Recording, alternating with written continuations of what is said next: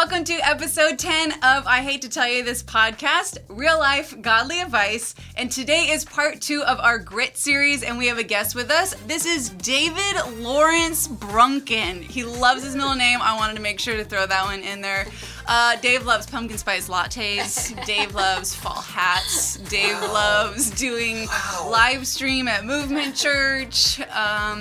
David is surrounded by girls with a wife and 2 daughters who are in college, so he's probably broke and he's living a good life. That is the only truth to everything that she just said. But yeah, Dave goes to Movement Church. He serves with us, but he's also a marathon runner. We will get there. But before we do, we are going to give our book recommendation. Leslie, go first. Okay, so mine is How Did I Get Here by Christine Caine. This is a book I read a few years ago. And it's basically for the person who's maybe feeling weary in their faith, or even maybe a little disillusioned in your faith, and you're just wondering, like, how did I get here? How did I get to this place? And more importantly, how do I get back to God? And Christine Caine is an amazing author, an amazing speaker. Really, anything she writes, I could recommend to you, but this book specifically... Or says out loud. Yes. Yes. Watch her preach, listen to her read. Listen to her podcast, follow her on her socials, read her books. She's Australian too, so it makes it sound cooler no matter what she says. It does. Yeah. All right, David Lawrence. All right, my book pick is kind of tied into the theme. I like it. Because I'm such an immense social reader. My book is called The Year of Running Dangerously by Tom Foreman. Tom Foreman was a 30-year CNN anchorman, and he was approached by his young teenage daughter who said these words, "Dad, I want you to run a marathon with me." And the entire book is about his trials and tribulations of going from a seasoned veteran journalist to trying to become a marathon runner solely to please his daughter. So having very fitting. Having 2 daughters of my own, I decided that would be my book pick. Now, I give this recommendation from friends because I have not yet read said book, but it's on my list. Sounds solid. Yeah, that's my book. Mine is a podcast, and it is from the Craig Rochelle podcast, as per usual. And this one is 4 simple hacks to stay consistent in your leadership. And it's all about repetition, and being the most talented person in the room is not what makes you a great leader. It's consistency and being the person that people can rely on. So it's a really good one. All right, we actually just call him Dave, not David Lawrence. Question we ask everyone who comes on our podcast. Think back to yesteryear. What would you tell your 21-year-old self? I had to give this one a lot of thought. But what I came up with was, don't be in a hurry to mature. Don't be in a hurry. For some, it's going to come very early. For some, like myself, it came much later than most of my peers. It will happen, and when it does, fight it with every fiber of your being. I like it. When it happens, it happens. And that's what you tell your 2 college-age daughters? Yes. Both of which are far more mature now than I was at 30. I believe that. Yeah. I didn't know you then, but I know your girls, and I believe that. Yeah. And you don't just have college-age daughters. What do you do for a living? I am the certified athletic trainer at Mount San Jacinto College. I've been there for 25 years, wow. And I've been a certified athletic trainer for 30 years. All right. What was your degree in college? I got my undergraduate degree from Long Beach State in, they changed the title. It's Physical Education, Exercise, and Sports Science. 20 words was later. What I got my undergraduate degree in, but athletic training, sports medicine, and I received my master's degree from the University of North Carolina, go Tar Heels, in kinesiology and physical education, specializing in athletic training and sports medicine. That's a lot to say. It's a lot of stuff. I'm like music, emphasis, and vocal performance. That's it. Mine's long too. Yeah. No one knows what it is. Maybe the longer it is, the smarter you are. Let's go with that. Okay. See, I told you I had questions that we didn't write down. We'll try. You passed so far. Okay. All right, okay. Go for it. So as Carrie mentioned, Dave is a distance runner, and Carrie said marathon, but that's selling you short. I'm sorry, I don't know a lot about running. In my mind, marathon and anything is. She called a 5K a marathon earlier this week. I know, Dave, I know. It was. Oh man! It hurt my soul a bit, but I let it slide because it's my friend. It's like a little marathon. It's not a little marathon. It's a little marathon. Okay, Dave, can you please? Did you run a 5K marathon on Saturday? Oh, I don't even know how long 5K really. It's like 3 miles. 3.1. That's how it said. I know a lot. Let's keep going. It was painful, but Dave, can you please explain to us when you say you're a distance runner, you're an ultra marathoner? What does that mean? How long are these races that you're running? Whew, longer than 5K? Longer than 5K. Okay. All right. An ultra marathon is defined as any distance over the marathon distance. Which marathon distance is how far? 26.3. Point 2. Close enough. 26.2 is the marathon distance. Anything further than that, so 26.21 could be considered by definition an ultramarathon. Usually ultramarathons begin at 50 kilometers, 31 miles. And then they go up from there.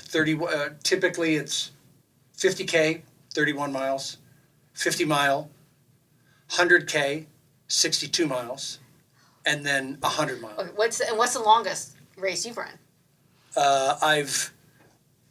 Typically it's 100 miles. Oh my God. I've done 10 of those, but I have run 114 miles in 24 hours one time.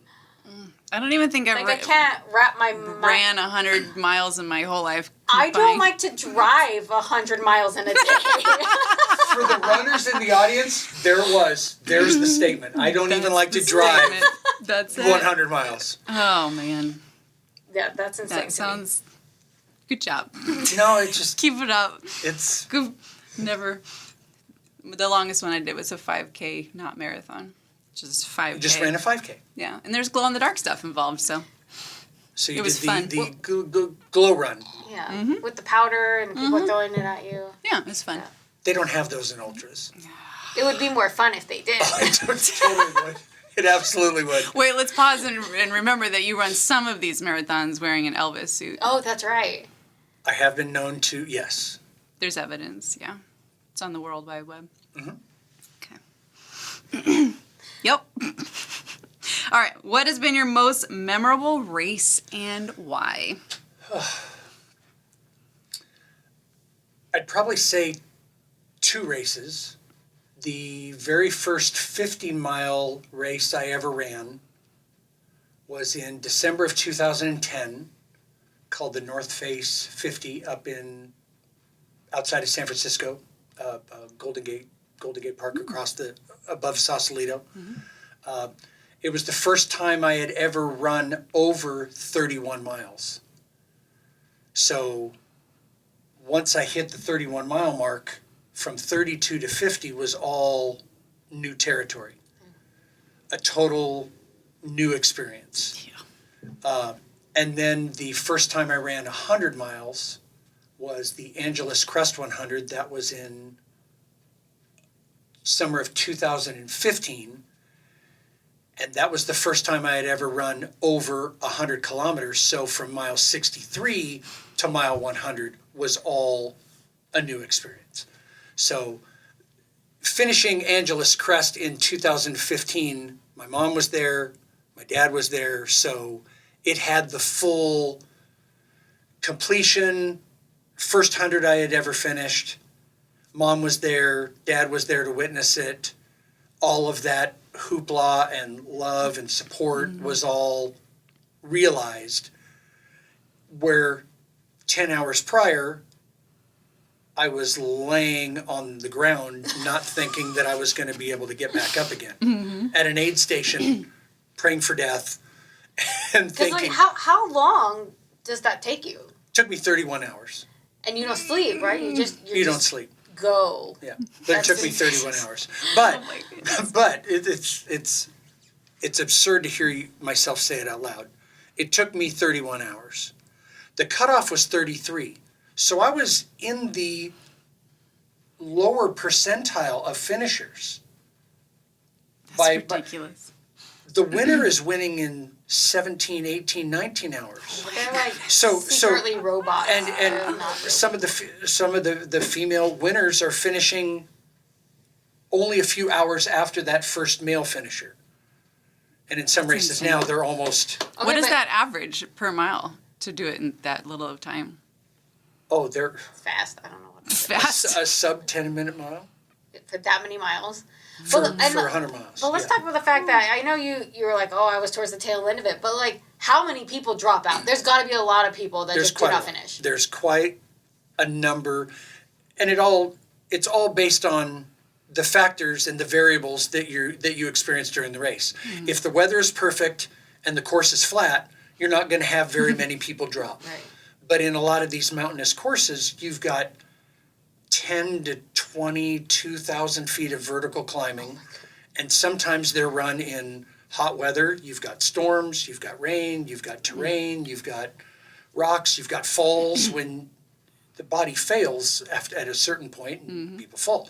So you have injuries to contend with. So there have been races where I have been ahead of the curve and felt fortunate that I wasn't 35% of the people that dropped out. You know. Wait, this was not on the questions. Oh. How old were you when you first decided to run a regular marathon, and then how old were you when you decided to run like 50 or 100? I ran my first marathon in 1990. That's a good year. It was that when you were born? Yeah, thanks for that. Thank you. Thanks very much. It was the 5th Los Angeles Marathon. So you weren't 18? I was not 18. I was mid-20s. Okay. That was a regular marathon, you said? It was a marathon. Just a marathon. Not a 5K marathon. No, not a 5K marathon, not a 10K marathon, not a half, but a full. Okay. And the first ultra I ran was the 50-miler in 2010. So you've been torturing yourself for quite a while. After you been a gritty person for a long time. Yeah, after running 80 marathons, you kind of get to a point where they're still fulfilling, and you still try to have objectives in each race, but there has to be something more. Yeah. So you graduate to the next step up. Well, a 50K is only 6 more miles more than a regular marathon, or 5 more miles than a regular marathon. So what do? You double. Why not? Yeah. You double it. Well, not a normal person. Well, you just double. Just what you do. It's just running. It's just when you look at it in the grand scheme of things, it's just running. I do believe that once you get past the point of I'm going to die, then it's like, all right. Okay, but how do you get past that point? Because you had just mentioned in that 100-miler, that was one of your most memorable races, that 10 hours before you finished, you were on the ground at an aid station thinking, I can't go on. Praying for death. Right. So, like, how do you keep pushing forward when your mind, your body is like, this is it, I'm done, I can't take it anymore? This was a hard one to answer. Mm-hmm. You have to embrace the hardship. You can't think of it as being hardship. You know it's going to be hard, but you kind of have to embrace all of the bad things that you know. You're going to ebb and flow the entire day. Yeah. You're going to have high moments, and you're going to have what I call dark moments. And especially in a 100-miler where you're running, for somebody like me, where it takes 31 hours to finish, 30 to 33 hours to finish one of these things. You're starting at 5 or 6 o'clock in the morning on a Saturday, and you're not finishing until afternoon on Sunday. Mm-hmm. So you're going to have to run from sundown on Saturday to sunrise on Sunday in the middle of the mountains with no support. There are aid stations, granted, and there are search and rescue people who will come out there and try to find you if you're in distress. I'll be on that team, yeah. But you have to get through those dark moments, which are very hard to do. Yeah. Yeah. I like that you said, though, you basically have to normalize the hard. Mm-hmm. Instead of thinking of it as like, oh no, I should stop because this is hard. You're like, no, this is thinking of it as just part of the race. This is just part of running a 100-mile race, is it being really hard. And in an odd way, you don't just have to prepare for it, you almost have to enjoy it. Which is absurd to say out loud. Yeah. Is it's going to be horrible in certain parts of the night or day or what have you. You have to get into a mindset where when you get to those places that you're going to be vulnerable, you're going to be helpless, you're going to feel beaten down, and that you have to rebel against those feelings and against everything that's working against you, because everything is telling you to quit. Yeah. The distance is telling you to quit. The elevation is telling you to quit. The heat is telling you to quit. You can't take in any food because it's making you nauseous. You can't take any fluid because that's making you nauseous. So everything that you're supposed to do right, you can't. So you're doing it all wrong, and it's perpetuating this runaway train that you can't stop. Yeah. And you gotta kind of like it. Yeah. Which is, again, it's absurd to say. Yeah. It's hard to describe to people who don't do it how you do it and why you do it. Yeah. So we're a very small band of misfits. You tell people that you do these things and they think you're some superhuman athlete. I am not a superhuman athlete. I am not. I disagree, but carry on. I am not exceptionally gifted, talented, athletic, muscular, fast. But you don't give up. But I have an uncanny knack to not want to quit when the goal is getting to a finish line. Would you almost say that you have grit? I've been told I have a bit of grit. Yeah. I think that's why I'm here. Yeah, I think so. This is tying in really well with what we've been talking about. I think too, like, when people give up, they never get to experience the high of finishing the race, right? And I mean, I think that's too a part of why people don't get it, because they're like, no, you've not finished the race. Like, true. If you try to run 10 marathons but never finish one, like, why would you keep going? Because you've never experienced the joy of completion. But I always try to remind people that me completing a marathon could be the very same as someone else finishing 5K. Did you point to me right there? I did. 5K. Someone else. Someone a lot less athletic. I don't ever want to be in a place where somebody thinks that I am taking something away from that person. Sure, everyone has their mountains. Because their mountain could be only 3.1 miles. Sure. Or a 10K or a half marathon or what have you. Everyone's running their race. Likewise, I run 100-mile races. That's the furthest I've ever run. The circle of friends that I tend to run with and see on a regular basis, I bring the least amount of credentials to the table. But that's a good spot to be in. It's a good in spot life to be in general. I would love to be the dumbest person in the room and be surrounded by. I've got a friend who's run 200-mile races. Oh my goodness. 240-mile races, 250-mile races. I didn't know these existed. There's a race in Death Valley that I don't know whether you've heard of. It's called Badwater, where they run 126 miles. The average temperature is 126 degrees. Oh, no. So I do draw the line somewhere. I haven't gone completely crazy. off the cliff. Oh, man. Going back to, like, you have to embrace the hardship. Like, you're never going to step into a marathon being like, it's going to be perfect weather. I'm not going to fall. My body's not going to hurt. I am mentally clear this entire time. Like, you go into it knowing that's just what it is. And that's life. Like, it is ups and downs and failing and succeeding in a mental game, a physical game.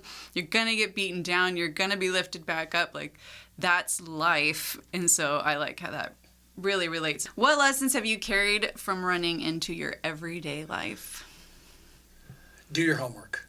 Wait, let's rewind. Do you give your daughters just like running metaphors all the time? And they're like, ugh, Dad.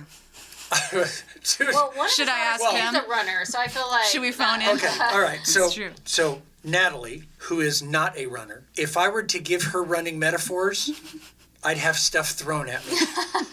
And you know Natalie. She's going to throw something at me. Literally. Dad. And Audrey has heard them all. Audrey's the runner. Her coach has already told her. Audrey has already heard them through 4 years of cross country in high school, 4 years of track and field in high school, and now 3 years of track and field and cross country in college. Mm-hmm. She's heard basically every running saying, statement, encouragement, lessons you carried into life. Okay, do your homework. Mm-hmm. Nothing in life is easy. Nothing. Mm-hmm. Nothing. Be passionate. Mm-hmm. Try to be passionate about anything and everything that you do. And then hard work, consistency, frequency, and intensity. So just like running in life, do everything with some level of intensity. Do it often. Do it to the best of your ability. Do it consistently. And then I also wrote down, because people ask me all the time, when are you going to stop running? When it stops becoming fun. Not when the body gives out. If the body gives out and it's still fun, I'm still going to do it feebly. Audrey can just push you in the wheelchair. She can, yeah. I'm sure there's probably a lot about running that just automatically applies to your life. Subconsciously, you're not even thinking like, hey, I did this while running. I should now apply it to my walk with Jesus. Like, it's so much of who you are and what you do and how you live your life that it just pours into everything else. As vice versa, everything you do for the Lord and the way you love the Lord now bleeds into everything else that you do. And I love that you said the passion and perseverance, because those were the two key things that people who have studied grit, that was the two key factors. I feel like we do a disservice when we're like, you just love it and you just push through and you're gonna overcome. Like, no, this is a struggle. Like, this is not like, yeah, of course I do 100-mile marathons. I'm just very persistent and I endure. I'm like, yes, but no. And I think what also is important to note is what I learned very quickly when you up the distance is those factors. Being passionate, being persistent, having perseverance, things like that. Mm-hmm. There is a great equalizer that begins to happen. Think of mathematically as is it the bell curve or whatever, mm-hmm. the whatever linear line, however you want to do it mathematically, mm-hmm. is when you're running in the 5K, you can look at the start line at the 25 people that are starting, and you can say, okay, it's going to be the 3 young kids, then it's going to be the next 10 guys, then it's going to be the female right there, then it's going to be a mix of whoever's left, right? Mm-hmm. And the guy who's walking the dog wearing the race t-shirt, no offense to you walking the dog wearing the race t-shirt, may be toward the back. As the distance gets longer, all of those factors completely just throw them in the trash. Yeah. Mm-hmm. 100-mile races open for males and females have been won now by females. Period. Because they're grittier on the whole, I think. Well, or just at some point, somebody's level of perseverance and grit and tenacity is going to supersede someone's fitness. Right. Yeah. Like you said, you're not the fittest person, you're not the fastest person, you're not the most gifted person, which ties into my podcast I just mentioned. Okay. But that's it. Like, you're consistent and you're gritty, and that's what puts you at the top. I mean, I know you don't think you're at the top, but for someone like me to think that someone is on purpose running 100 miles and you're not Forrest Gump, like that. No. Forrest Gump was a fictional character, by the way. I saw the movie. He ran. He ate chocolate and he ran. He's not real. And he's got a great restaurant. Now, kind of going the other way, we've heard about how your running has benefited your life, but how has your faith benefited your running or played a factor in your running? This is funny because I didn't realize it until the question was posed. I didn't pray a lot before I started coming here. If somebody's sick, you pray for their healthy return if they're in the hospital. Something like that. Mm-hmm. But I never really spoke to God at length, asked him questions, asked for guidance, asked for help. So when you're running for hours, you have nothing else and you have nothing else to do. There are some people that once they put on the music, they can listen to, they bring 4 sets of headphones and battery packs, and they will listen to music for 34 hours straight. There have been many times where I will only listen to music very seldomly. The rest of the time I like hearing my thoughts, I like hearing my foot strikes, I like hearing my breathing, but there are so many times where I will just randomly, Okay, so we're going to talk for a while. Me again. Yeah. Hey, God, Dave here. David Lawrence checking in. So let's talk for a while, especially in the middle of the night where you're beginning to get a little stir crazy. And granted, I'm not 20, and there is a fear of running at night when it's dark and all you have is a headlamp and you're tired. You begin to lose it a little bit. You think that the little eyes are a mountain lion when they're just a squirrel, and you begin to freak out a little bit. So I learned that as I run, that's a great time for me to pray. And because I have all this time, I don't have to quickly go, okay, I pray for Natalie, I pray for Audrey, I pray for Jill, I pray for my parents, I pray for my friends, I pray for my church. You can just talk. Stream of consciousness. Talk. Yeah. So I've learned that running is a great opportunity for me to reestablish my closeness with God. I can pray while I run. It's kind of like killing two birds with one stone. You can get it all done all at one time, and it makes you feel better about yourself. All at 100-mile marathon. But I will also ask him, not just talk about things that are going on in my life and how can I be helped. I'm looking for your guidance. I'll look for clues that you're trying to send me. And it's a funny story about sending me a clue was when I start a race, I typically in the first couple of miles talk to God, open the line of communication and say, hey, this is a really big deal today. Keep me from harm, keep everybody around me from harm, no injuries. And then I always say the same thing. Don't let me do anything stupid. Please keep me running. Please keep me, hydrating and fueling, and big thing. Please don't let me do anything stupid. So a life lesson right there. A life lesson. Don't let me do anything stupid. Which I do all the time. But you don't want to make a grievous error in an event, because a little mistake that you make early has really bad negative connotations later on if you make a stupid mistake. Now turn that into a real life lesson right there. There is your real life lesson. Yes.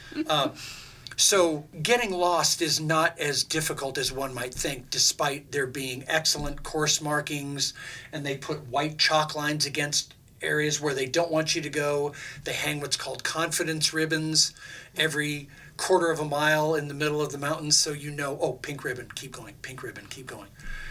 But every once in a while, you get lost. So all of a sudden, you begin to go down a trail, and 2 minutes later, you haven't seen a ribbon.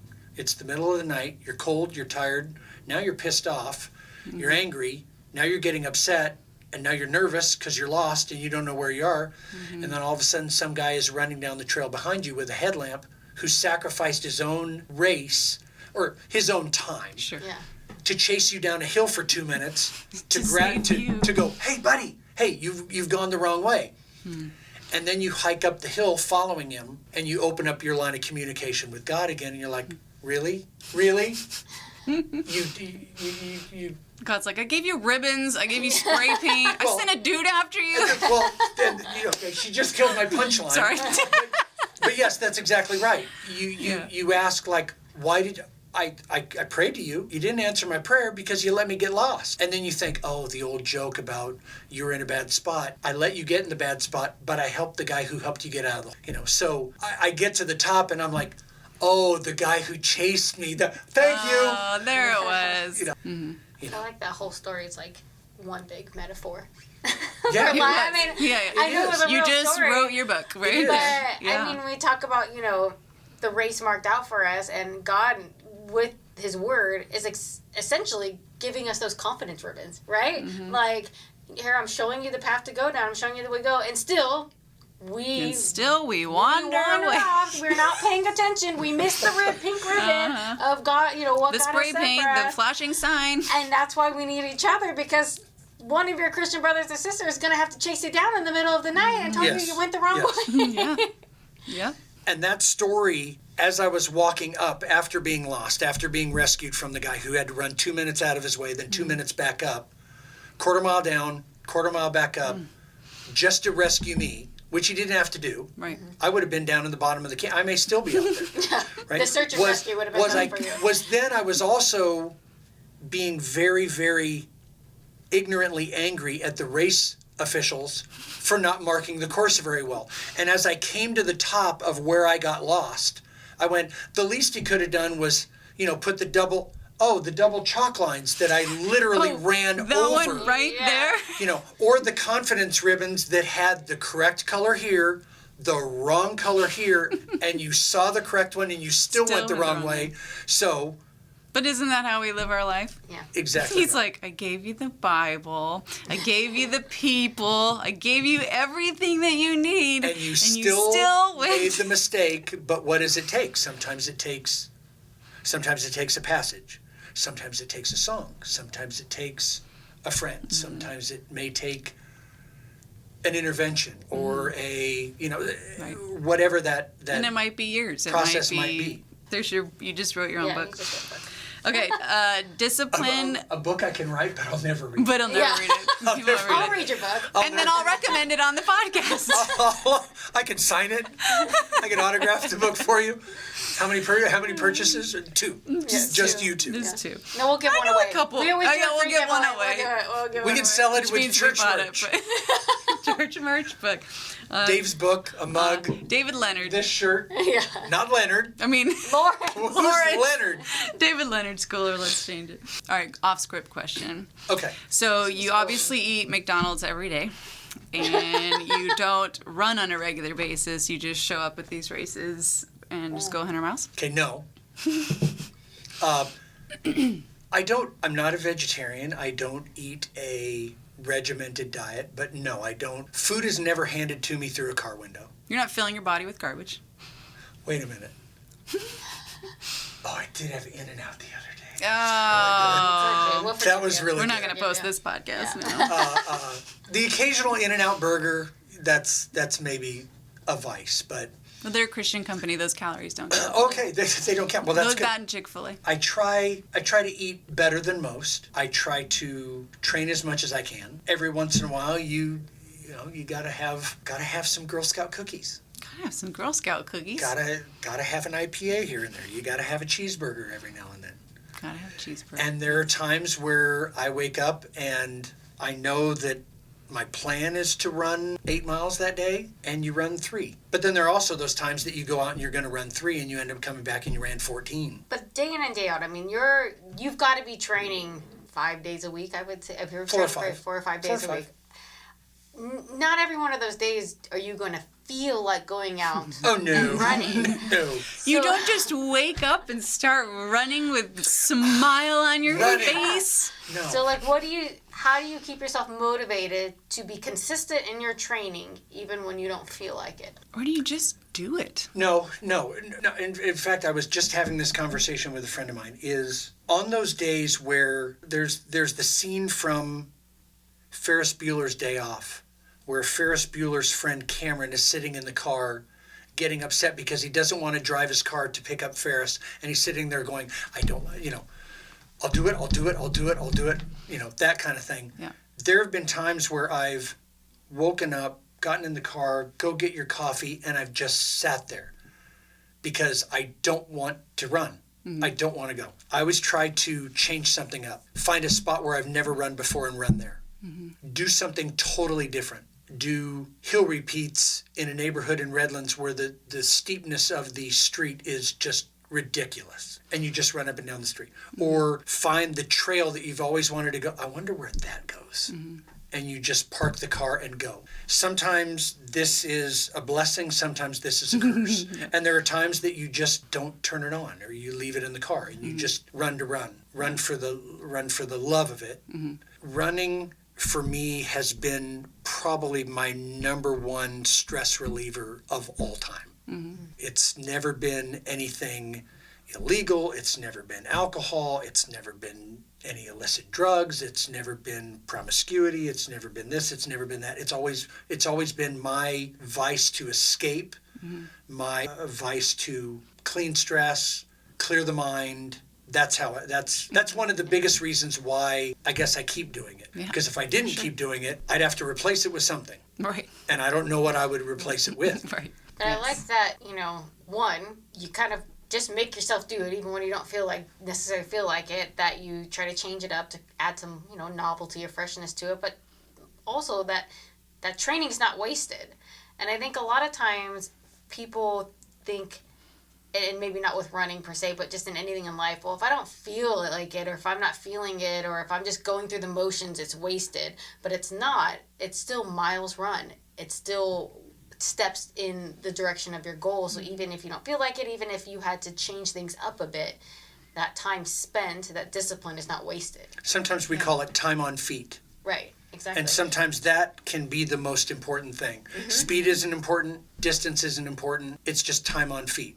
So instead of saying, I'm going to run this far in 2 hours, or I'm going to run this fast in 2 hours, you just go out for 2 hours. Yeah. Whether it be hiking, walking, or running, you're just spending time on feet. What would you say to someone who feels like giving up, not in a race, but in their faith or life journey? Well, I think it would be very easy to give you the pat running answer that we've all heard for years, which is don't be discouraged, don't quit, don't give up, be open, strong, reach out. We've all been there, but that's just so... Poster in a 5th grade classroom. Yes. Yeah. The cat. It's gotta be the little cat.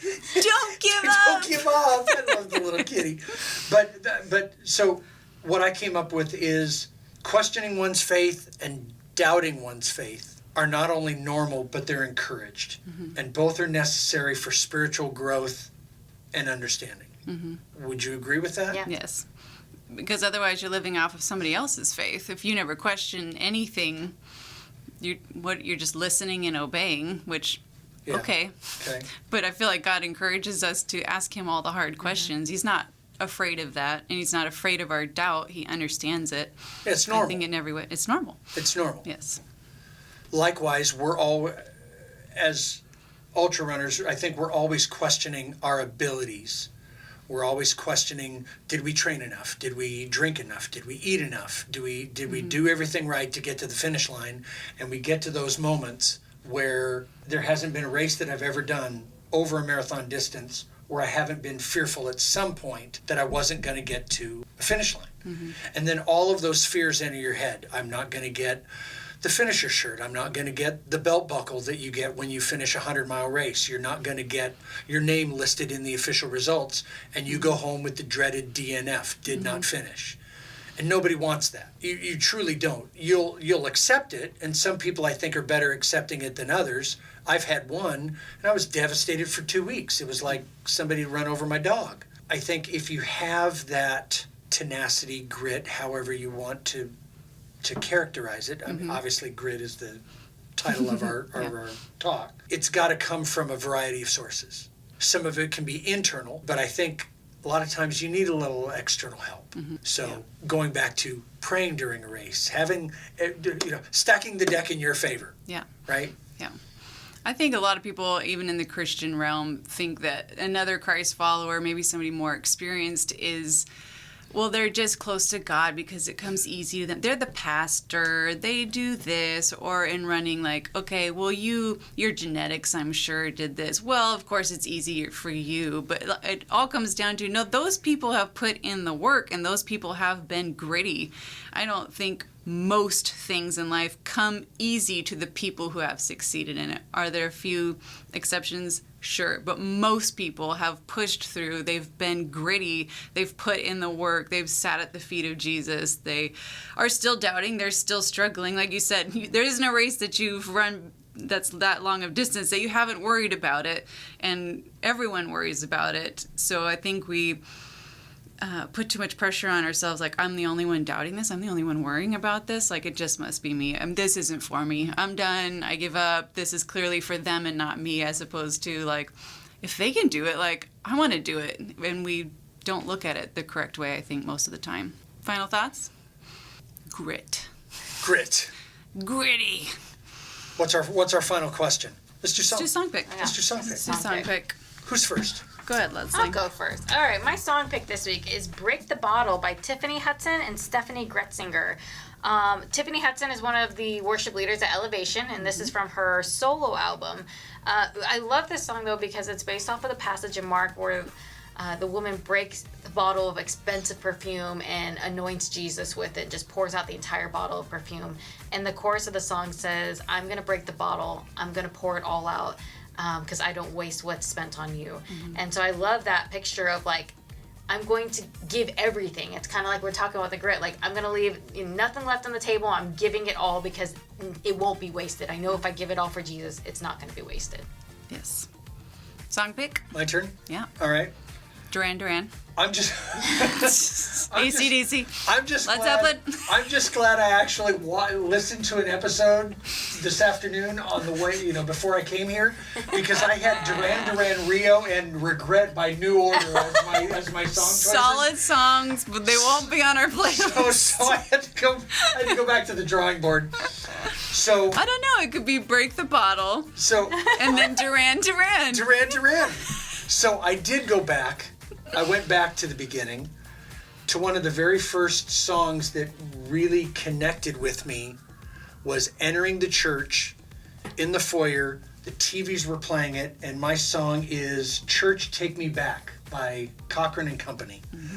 Great song, great lyrics, but more than the song and the lyrics and the melody was the power that it instilled, that I felt like I was in the right place at the right time with the right people. Like I had found home. I'd found home. I'd found my church. These are my peeps. One of the very first things Pastor Bill said was that I remembered him saying kind of off sermon was, don't church shop. If you're here, stay here for a while. See if you like it. I didn't really like it at first. It was very awkward. I didn't think everybody That was worship leader. Why is the pastor not wearing a robe and he's wearing an Ohio State football jersey? I wish he wore a robe. I so don't get it. Why are there no candles? Why is there a buff Jesus in the back painted on the wall? Buff Jesus. Right. Old school, yeah. Yeah, old school. So that song was one of the markers of when I realized Kind of clicked. everything fell into place. All the cosmic tumblers, it. boom, locked in. I like it. That's It's a good one. Take me back to Preacher and a Song. Yep. My song is just a fun song. I really like it. It's like a minute and a half. It's called Believe It by Elevation Rhythm. And if you go find the YouTube video, the guy who produced the song talks about how he put it all together. It's like pieces of other YouTube videos, pieces of these other preachers, a live recording, musicians here and there. I just thought it was a very cool, creative track and fun to listen to. I said what I said. My least favorite part of our podcast, but I do have, this is not a quote this week, this is just me. Least favorite? It is. I don't like this segment. I'm not as I like this confrontational as segment. Carrie. I'm confrontational, Okay. All right. Yeah. Okay. in case you hadn't noticed. Yeah. Well, we'll throw them out there. All What do we right. got? All right. Mine is stop searching for a feeling and start searching for God. It's a good one. I have two. Okay, let's do it. I'm going to reiterate what I said before. Hebrews 12:1. It's on the back of my daughter's Letterman's jacket. Let us run with endurance the race God has set before us. Mine goes along with yours. Feeling moved isn't the goal of church. Being transformed is. It's good. Mic drop. Mic drop? Mic drop. That wasn't a mic drop. What? You want a mic drop? Yeah, we want a mic drop. Let's go. Knowledge is knowing that a tomato is a fruit. Karen, Wisdom is not putting it in a fruit salad. mic drop. Boom. Oh, that's good. I like the dramatic pause. Wait for it. Wait for it. There it is. Don't put it in a salad. Okay. All right. Thank you to David, Lawrence, Leo, Levi, all the things. If you like running, you can talk to Dave more about that. If you want to talk about 5K marathons, you can talk to me about that. I'd love to share my wisdom. We're going to have another super gritty person come on, so make sure you check that out. And before we leave, we want to tell you what to comment to win one of our books. Ooh. Yes. If you would like to win one of our book picks this week, comment the word run on our YouTube video. And this weekend we will pick a winner, and you can pick whatever book format you prefer. And it's any of our books. Dave could even win his own book and actually read it. It would be such a big moment. Please type in the word run. Win a book. I don't want to win it. Type in David Lawrence if you'd like to have the first copies of his book that he doesn't know he's writing. Yeah. And we'll see you next time on I Hate to Tell You This podcast, Real Life Godly Advice.